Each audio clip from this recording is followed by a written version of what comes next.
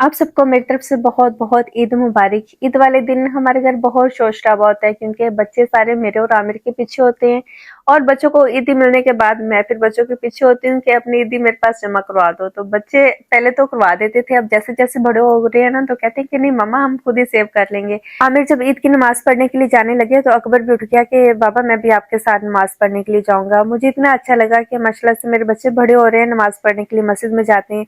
जब ये नमाज पढ़कर वापस आए तो फिर मैंने सबको सवैयां दी, हम सब ने बैठ के सवैयां खाई और चाय पी, अपने दिन का आगाज किया।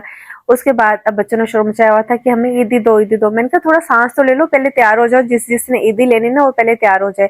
इतनी जल्दी ये कभी भी तैयार नहीं हुए जितनी जल्दी ये आज तैयार हुए कि तैयार होंगे तो हमें फिर ईदी मिलेगी। मैं अभी इन्हें तैयार ही कर रही थी तो यहाँ पर हैदर भाई आ गए हमें ईद मिलने के लिए और फिर मुझे भी अपने भाई से ईदी मिली, बच्चों को भी उसने ईदी दी। जैसे ही हैदर भाई निकले तो अब बारी थी हमें बच्चों को ईदी देने की।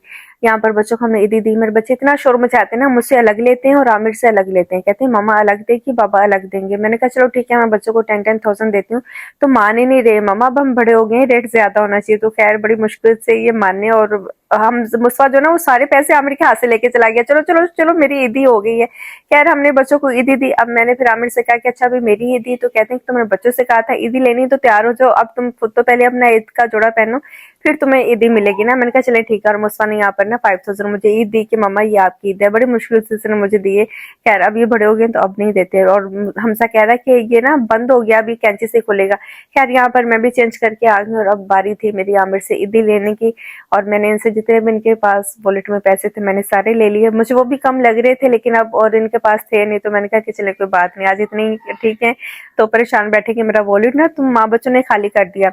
उसके बाद फिर हमने अम्मी की तरफ जाना था क्योंकि हम सब बहन भाई अम्मी की तरफ ही इकट्ठे हो रहे थे, खाना हमारा वहीं पर था। और पता नहीं क्यों जब भी ये निकलने लगते हैं ना तो सबको अपने काम लास्ट सेकंड पर ही याद आ रहे होते हैं कि वो मैंने तो ये भी करना था, मैंने तो वो भी करना था। जैसे हम निकल रहे तो आमिर को अपना कोई काम याद आ गया कि छोटा सा काम है मैं ये कर लूँ। मैंने कहा चलें ठीक है, अब जहाँ पर हमने इतना इंतजार किया इतना सॉल्व कर लेते हैं। मेरे घर से कॉल्स पे कॉल आ रही थी क्योंकि हम जब भी इकट्ठे होते हैं ना तो जो बहन भाई लेट हो जाता है तो सब उसको कॉल कर रहे होते हैं कि जल्दी आओ, उसके बिना इतनी बोरियत हो रही होती है। जाते ही हमारा खाना रेडी था, हमने खाना खाया। खाना इतना मजे का मेरी भाभी ने बनाया हुआ था ना, बहुत मजे का खाना था। उसके बाद हम बहनें बैठ गई और हमने खूब गप्पे लगाई। बच्चों को हमने साइड पर कर दिया और अपने मियाँ को हमने भेज दिया कि आप आराम से बैठ के चाय पिए। पहले तो वो नमाज पढ़ने के लिए चले गए थे। गप्पे शप लगाने के बाद अल्हम्दुलिल्लाह ईद इतनी अच्छी गुजरी ना, काफी ईदें मैंने इनके बगैर गुजारी हैं। तो अब जब हम एक साथ ईद गुजारते हैं ना तो मुझे इतना अच्छा लगता है। ईद वाले दिन अपने माँ बाप से अपने बहन भाइयों से मिलना। फिर वापस जब घर आए तो मेरे बच्चों ने कहा कि अभी हमें और भूख लगी, हमने पिज्जा खाना है, इन्हें पिज्जा मंगवा कर दिया। हमारी थी ये ईद। आपकी ईद कैसी गुजरी मुझे कमेंट में जरूर बताइएगा।